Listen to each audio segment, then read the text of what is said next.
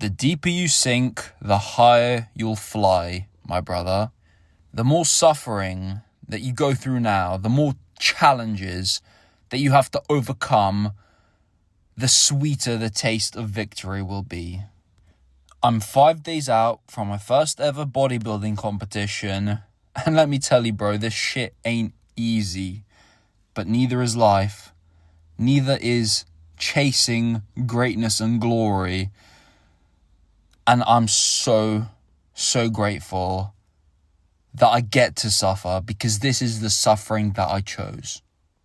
Rather than being utterly victimized by the world around me like I used to be, where suffering was inflicted upon me from all sides without my consent, now I'm the one in control. We're all gonna die one day, brother. And these are the words that are gonna be on my tombstone. When you can't raise the ceiling, raise the floor. When you learn to operate, when everything is going against you, when you feel like death, when you're tired, when you're weak, when you just want to give up, that's when you have to learn how to just shut off your feelings, set aside your emotions, and get the job done anyway. Because how the hell are you supposed to call yourself a man if you always have to feel good in order to get done what needs to get done? Because when you push yourself at your lowest, your highs will be even higher. For example, I'm learning how to strain, how to give it all I've got when I'm weak and depleted. So just imagine how much crazier the progress will be when I start bulking again. It's going to be absolutely nuts. Morning flex has been completed, so now it's time for the pre-workout meal, which is some frozen watermelon and raw hot cacao. What a goated combination. I tell you, this literally tastes like ice lollies, but so much better because it's fresh, it's natural, and honestly, watermelon pre-workout is my new go-to.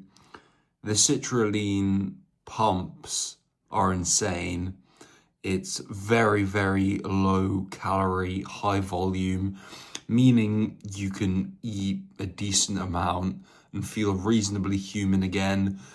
And obviously this delicious raw cacao, it blocks myostatin, and that's exactly what I don't need right now. I need as little myostatin in my system as possible, as well as having a few little nitric oxide benefits, blood capillarization, all of this nerdy science shit that you don't care about. Either way, this combination equals juicy pump. So let's get it down and let's go train. Boy, let me tell you, one side effect I've definitely noticed from being this lean is just how sensitive to temperature I am.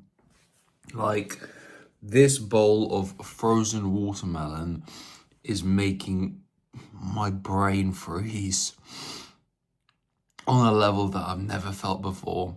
And I've noticed that every single time that I've been eating frozen fruit lately, it's like my insides have been locked in a freezer. I get very, very cold after a bowl of frozen fruit. And let me tell you, my morning cold showers have been absolutely slapping hard lately. Simply because the skin is so thin that there's no cushioning, there's no insulation. So you feel every single degree of that cold right to your bones. And let me tell you, it's been good because you get to a certain stage when you take cold showers every day, you know, sit in the cold plunge and stuff where you're like, this isn't even that cold anymore. This isn't even that difficult. And the reason you got started in the first place is because you wanted to push yourself through the difficult. But now that difficulty is back. Every single morning, I dread stepping into the cold shower, exactly like it was when it began, which is beautiful.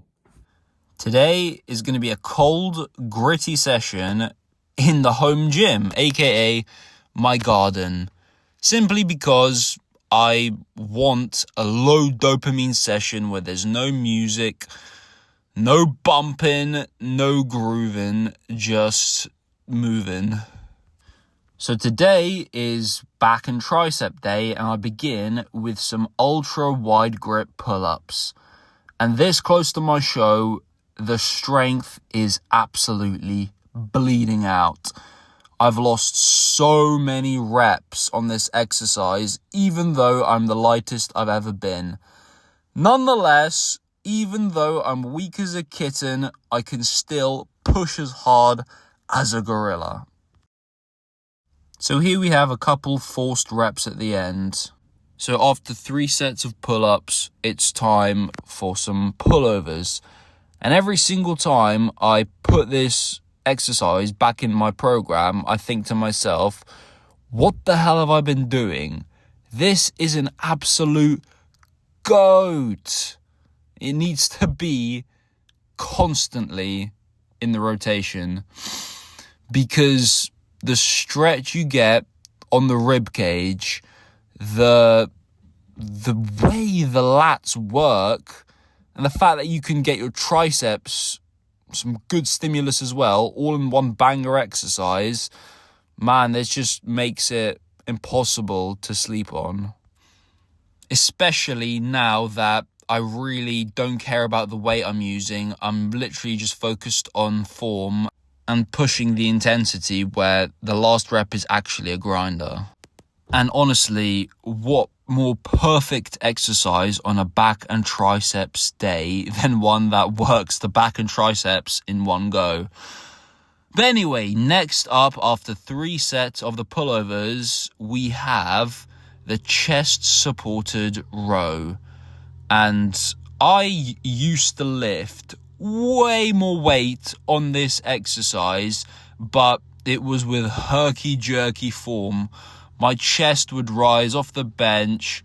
I would properly pull the bar into my stomach. The range of motion wasn't very long, but now, as you can see, I'm getting a really deep stretch at the bottom, really letting my shoulders hang loose, and then bringing the bar nice and high, pulling to my chest, not my stomach, and actually focused on grinding out those last couple of reps. And that last one, I can't even get. But the weight has been almost cut in 2 from what I was using before, which is pretty nuts when you think about it. And here, I'm supersetting because why not? Back, triceps, absolutely no overlap. I might as well. So, again, because I'm at home, it's so easy to just go from exercise to exercise and set it up in perfect synchronicity where the bench is already there. All I have to do is turn around, grab my pulley, and crank out some tricep pushdowns on the incline bench because I'll say it before, I'll say it again. This is one of the most stable and grindable ways to train your triceps. I'm absolutely in love with this exercise and it is going to be an absolute staple. Take a look for yourself. The intensity is unmatched. So after 3 sets where I go back and forth on those 2 exercises, it's time for my last superset of the day, where I begin with some across the body lat pull downs again using my cable pulley system, and this, the way the weight feels on this exercise is different than a cable station, because there's no straight up and down, there's no forces being distributed. It's literally just free weights hanging off a pulley. Definitely feels harder, but more aligned, and the strength curve feels a lot more natural. But this is what those science nerds who set up on an incline bench and do some iliac pull downs wish their exercise was. Because I'm actually stable, I'm jammed in place with my arm, I'm on my knees, and I can really, really go to town on my lats. Because if you've ever tried this nerdy iliac pull down when you're on an incline bench, you very quickly realize that the bench starts to slide all over the place if you actually push yourself hard like you're supposed to. Plus the fact that it's across the body and I have to reach all the way there, the stretch is just unreal. But this is the last exercise of the day, closing out the superset, the overhead tricep extension with an easy bar. And if you don't really get a good connection with this exercise, if it always feels a bit awkward, then you should cut the weight down, maybe even in half, maybe 60%, 70%, and then work your way up from there, because form is crucial on this exercise. I also used to struggle to really get a good stimulus with this, but now that I'm changing the way I execute by keeping the elbows tucked all the way in and allowing the bar to come right behind me, rather than flaring out my elbows and turning it into a sort of hybrid press/extension. But anyway, the workout has been ticked off, lickety-split. It's time for some flexing to show you the grotesque back pump.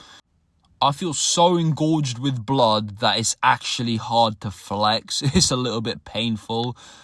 But this will be the last hard and intense back day before my show. From now on, it will just be pumping up, active recovery, and bringing the best look I possibly can onto stage. I freaking love coffee, man, but even more importantly, I love strategic coffee. I hate who I become when I'm using it daily as a crutch, where I might get a shit night of sleep one night and then I use it to make myself feel, awake and alive again. And then after that point, it's just a cycle of patching it over with more and more coffee, more and more coffee, more and more coffee. Then comes the monsters, the pre-workout, even the caffeine pills sometimes. But man, I love using caffeine strategically, once, twice a week, and it actually still works. It makes you feel that buzz of excitement that caffeine should. It doesn't just return you to a fucked up baseline that has been ruined by daily coffee drinking. But let me tell you, I'm so glad that I kept this in the back pocket throughout the prep after this chaotic period, where you'll remember where I was trying to work two jobs while documenting everything, while training, eating, doing all of this chaotic nightmare of different activities and tasks, getting disgustingly low quality of sleep, and just pounding the caffeine all day, you know, if you haven't seen it yet, go back. I don't know how long it's been, maybe 5 weeks, 6 weeks or so. Uh, I posted the entire journey every single day of that period. And man, I was becoming an absolute, sleep deprived, chaotic lunatic. And it would have only got worse had I kept up the daily caffeine intake. Whereas now, I feel like I'm sleeping a good amount, especially considering I'm getting more and more shredded, and naturally the side effect is low quality of sleep, more insomnia, which I'm used to because that's been my entire life. Hey, can't complain there. But it's on days like this where I'm so grateful for strategic caffeine use. I woke up feeling absolutely dead on my feet. I wanted to just stay under the warm, cozy covers because the energy was low. Let me tell you that. I dragged myself out of bed. The cold shower slapped me in the face, harder than it's ever done. And then I just had to drag myself through my morning routine of doing my posing, my flexing practice. And after I did that, I actually was debating and I tried going back to bed. I got under my covers and then I thought, is this you, Matt? Are you a fucking bitch? Are you a pussy? Are you going to retreat back into the comfort of sleep? No. So I got up again and started my day, went out, had my pre workout meal, did my training. And while I was training, normally I get more energized the further into the session I get, but today I became sleepier and sleepier. Between each set, my eyes were heavy. I was like a lot, like almost nodding off. It was a struggle. I'm not gonna lie. This was a truly raise the floor type of training session, which was why this caffeine that I've been strategically keeping my tolerance low for is so needed today. And let me tell you, it's hitting. I'm feeling the pump of the the excitement of this dopamine and cortisol cocktail. Man, it's gonna be a fun day. I'll see you in a bit. Just because we're on prep doesn't mean we're slacking. We still work hard, we still make money, we still clock in because I haven't yet put in the amount of reps to go full time online.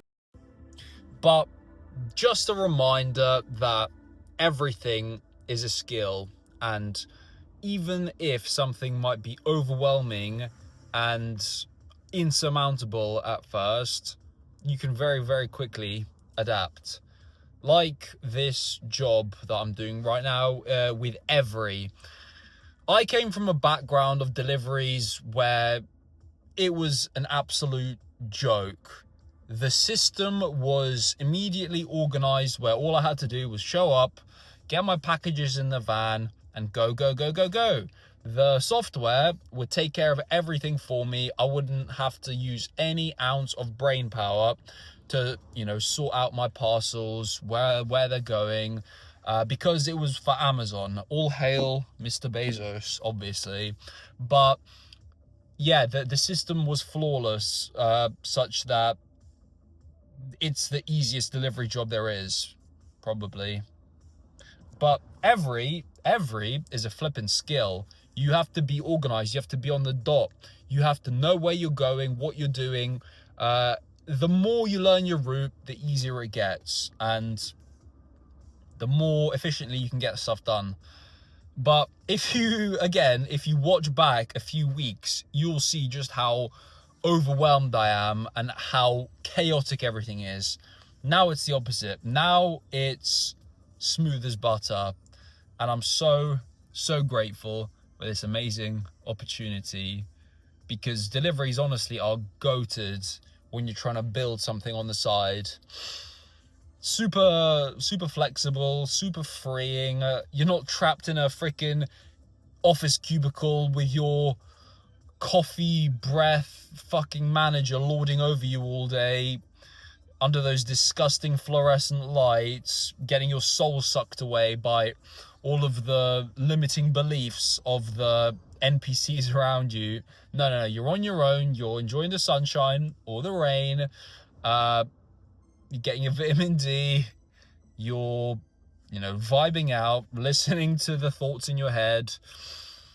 Man, I can't recommend it enough. If you're a young man on the hustle and you want to build something of yourself, but you also need to make money in the meantime, fucking quit your shitty office job, even if it sounds good on paper. People might be looking at you like your parents, being like, oh, he's being a good boy. He's clocking in. No, fuck that shit. Do deliveries. Peace. Check out this sensational dinner. Here we have the main course, which is chicken mince with spices, seasonings, the lots to make it taste incredible. Now, I swapped chicken thighs and chicken breast for chicken mince simply because I love it. I love how consistent the texture is. There's no surprises. And honestly, it might be an unpopular opinion, but I think it tastes better than chicken breast, chicken thighs, and all of that stuff. Especially because you can make, you can blend in the seasoning so that every single bite is exactly the same. So there we have the chicken mince. And here we have some rice paper wraps. We soak these in water, get these nice and soft, and we put some chicken in it. We put some shredded carrot in it, and we have little mini wraps. Let me tell you, these are a game changer. Not in the sense of convenience, because it's freaking long and annoying to wet them, then put them down, make a wrap with them, and immediately eat it. It's obviously a rare occasional thing. It's not a staple. But these are like 5 calories per wrap, which obviously you can tell because they're thinner than paper. They're very insubstantial. Obviously, they're not going to fill you up, but it's a nice little addition of carbs. Tiny little smidgen of carbs. And obviously, for dessert, we have some frozen pineapple. A nice little present to end the day on. An entire van packed to the brim with packages that I'm supposed to do first thing tomorrow. And obviously this was my choice. This was, I was asked, do you want extra work tomorrow? I said, yeah, go on, why not? So here it is. Thank goodness that I don't have to train tomorrow. It's a rest day because it's going to be a grind, but I'm going to make some money and we're going to have some fun because it's easy, man. There is no such thing as a hard or difficult task. There's only our perception of it. But anyway, let's wrap up today. So, been a very interesting day. Started off very slow, sluggish, low energy.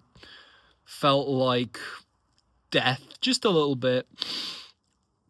Then ended up having some coffee, enjoying my clean food for the day, and I started shitting bricks.